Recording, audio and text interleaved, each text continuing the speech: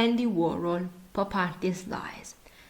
Andy Warhol, a founder of pop art, whose paintings and prints of presidents, movie stars, soap cans, and other icons of America made him one of the most famous artists in the world, died yesterday. He was believed to be 58 years old.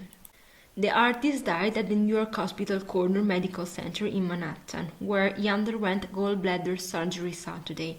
His condition was stable after the operation, according to a hospital spokeswoman, Ricky Glantz, but he had a heart attack in his sleep around 5:30 a.m. Though best known for his earliest works, including his silkscreen image of a Campbell's soap can and a wood sculpture painted like a box of Brillo pets, Mrs. Warhol's career included successful forays into photography, movie making, writing, and magazine publishing. He founded Interview magazine in 1969, and in recent years both he and his work were increasingly in the public eye, on national magazine covers, in society columns, and in television advertisements for computers, cars, cameras, and liquors. In all these endeavors, Mrs. Warhol's keenest talents were for attracting publicity, for uttering the forgettable quote, and for finding the single visual image that would most shock and endure. That his art could attract and maintain the public interest made him among the most influential and widely emulated artists of his time. Although himself shy and quiet, Mr. Warhol attracted dozens of followers who were anything but quiet, and the combination of his genius and their energy produced dozens of notorious events throughout his career. In the mid-1960s, he sometimes sent a Warhol look-alike to speak for him at lecture engagement, and his Manhattan studio, The Factory, was a legendary hangout for other artists and hangers-on. In 1968, however, a would-be follower shot and critically wounded Mr. Warhol at The Factory. After more than a year recuperation, Mr. Warhol returned to his career, which increasingly devoted to documentary with Polaroid picture and large silkscreen prints, political and entertainment figures. He started his magazine and soon became a fixture of the fashion and jet-set social scene. In the 1980s, after a relatively quiet period in his career, Mr. Warhol burst back onto the contemporary art scene as a mentor and friend to young artists, including Kate Haring, Kenny Scharf, and Jane Michael Basquiat. With Mr. Basquiat, Mr. Warhol collaborated on a series of paintings in which he shunned mechanical reproduction techniques and painted individual canvases for the first time since the early 1960s. He never denied his obsession with art as a business and with getting publicity. Instead, he proclaimed them as a philosophical tenet. Being good in his business is the most fascinating kind of art, he said on one occasion. On another, he said, art, that's a man's name. As widely known as his art and his own image were, however, Mr. Warhol himself was something of a cipher. He was uneasy while speaking about himself. The interviewer should just tell me the words you want me to say and then repeat them after he once said. The earliest fact of his life remains unclear. He was born somewhere in Pennsylvania in either 1928, 1929, or 1930, according to three known versions of his life. The most commonly accepted date is August 6, 1928. The son of immigrant parents from Czechoslovakia, his father a coal miner. The family's name was Warhol. He attended the Carnegie Institute of Technology, now Carnegie Mellon University, from which he graduated with a degree in pictorial design in 1949. He immediately set out for New York, where he changed his name to Warhol and began a career as an illustrator and a commercial artist, working for Tiffany's, Born with Tellers, Vogue, Glamour, The New York Times, and other magazines and department stores. By the late 1950s, he was highly successful, having earned enough money to move to a townhouse in Midtown, and having received numerous professional prizes and awards. Despite his success, however, he increasingly considered trying his hand on making paintings, and in 1960 he did so with a series of pictures based on comic strips, including Superman and Dick Tracy, and on Coca-Cola bottles. Success, however, was not immediate. Leo Castelli, the art dealer best known for discovering the artists Jasper Johns and Robert Rauschenberg, saw Mrs. Warhol's paintings but declined to show his work since Roy Lichtenstein, who also painted pictures taken from comic strip, was already represented by the gallery.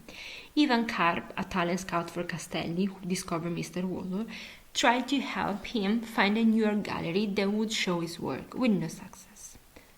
1962, the dam broke, with Mrs. Waller's first exhibition of the canvas soap cans at the Ferus Gallery in Los Angeles, and his show of other works at the Sidney Janis Gallery in New York. Other pop artists, including Victor Lichtenstein, James Rosenquist, and Tom Westerman, also began to achieve prominence around the country at that time, and the movement was born.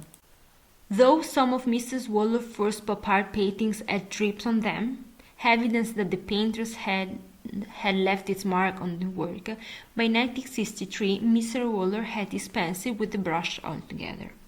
Instead, it turned to exclusively hard-edged image, made in the medium of silk screen print, which made that the personalized image that became Mr. Waller's trademark. Painting a soap can is not itself a radical act. The critic Robert Hughes wrote in 1961, but what was radical in Warhol was that he adapted the means of production of soap cans to the way he produced paintings, turning them out en masse. Consumer art mimicking the process as well as the look of consumer culture. In 1964, Mr. Waller was taken on by the Castelli Gallery, which remained his art dealer until his death. His experimentation with underground films began around that time, an interest that culminated in widespread notoriety, if not overwhelming box office acclaim. It, a 45-minute film, showed the artist Robert Indiana eating a mushroom. Haircut showed a warrior grouping having his hair cut over a span of 33 minutes, and another poor little rich girl was filmed out of focus and showed Eddie Zedwick, a war follower who became a celebrity on the New York social circuit, talking about herself. In the 1970s, recuperating from his near-fatal gunshot wound, Mr. Waller settled down to a sustained creative period in which his fame as a society figure leveled off, but his output, if anything, increased. Working most often in silk screen prints, he made a series of pictures of political and Hollywood celebrities, including Mao, Liza Minnelli, Jimmy Carter, and Russell Banks. In 1975, he published The Philosophy of Andy Warhol, From A to B and Back Again, a collection of statements and epigrams that elucidated his contrary views on art. In his glancing and elliptical style, Mr. Waller wrote about subjects ranging from art to money and sex. Checks aren't money, he wrote in one section of the book. In another, he said, fantasy love is much better than reality love. Never doing is very exciting. The most exciting attractions are between two opposites that never meet.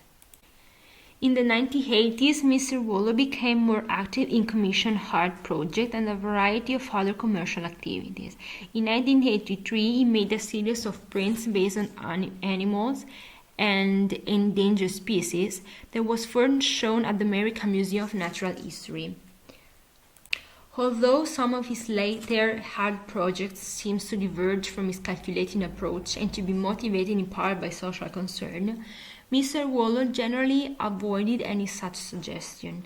He came closest to making an exception in 1985 when he exhibited a group of prints of clowns, robots, monkeys, and other images he made for children at the Newport Art Museum in 1985. It's just that the show's for children, he told a reporter at the time. I wanted it arranged for them.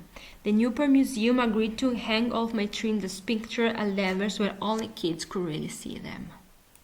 After the news of his death was published yesterday, artists, celebrities, and politicians who knew Mr. Waller spoke of his influence on culture and on their lives.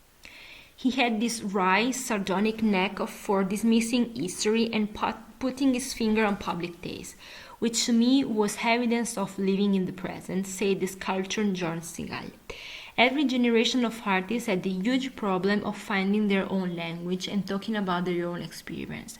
He was out front with several others of his generation in pinning down how it was to live in the 60s, 70s, and 80s. Leo Castelli, Mrs. Waller dealer of 23 years, said Mr. Waller wore more than practically any artist of the last 2 decades, seemed to have a continuing and strong influence on today's emerging artists. Of all the painters of his generation, is still the one most influential on the younger artists, a real guru, Mr. Castelli said. Martina Graham, the dancer and choreographer, recalled a first meeting with Warhol. When I first met Andy, he confided to me that he was born in Pittsburgh as I was, and that when he first saw me dance Appalachian Spring, it touched him deeply. It touched me deeply as well. He was a gifted, strange maverick who crossed my life with great generosity. His last act was the gift of 3 portraits of Miss Graham. He donated to my company to help my company meet its financial needs. In his book, The Philosophy of Andy Warhol, the artist wrote a short chapter entitled Death. It consisted almost entirely of these words. "I'm so sorry to hear about it. I just thought that things were magic and it would never happen." Dr. Elliot Gross, the chief medical examiner for New York City, said an autopsy of Mr. Warhol would be conducted today. Dr. Gross explained that deaths occurring during surgery or shortly afterward are considered deaths of an unusual manner. It was an unexplained death of a relatively young person in apparently good health, he said. Mr. Warhol is survived by 2 brothers, John Warhol and Paul Warhol, both of Pittsburgh.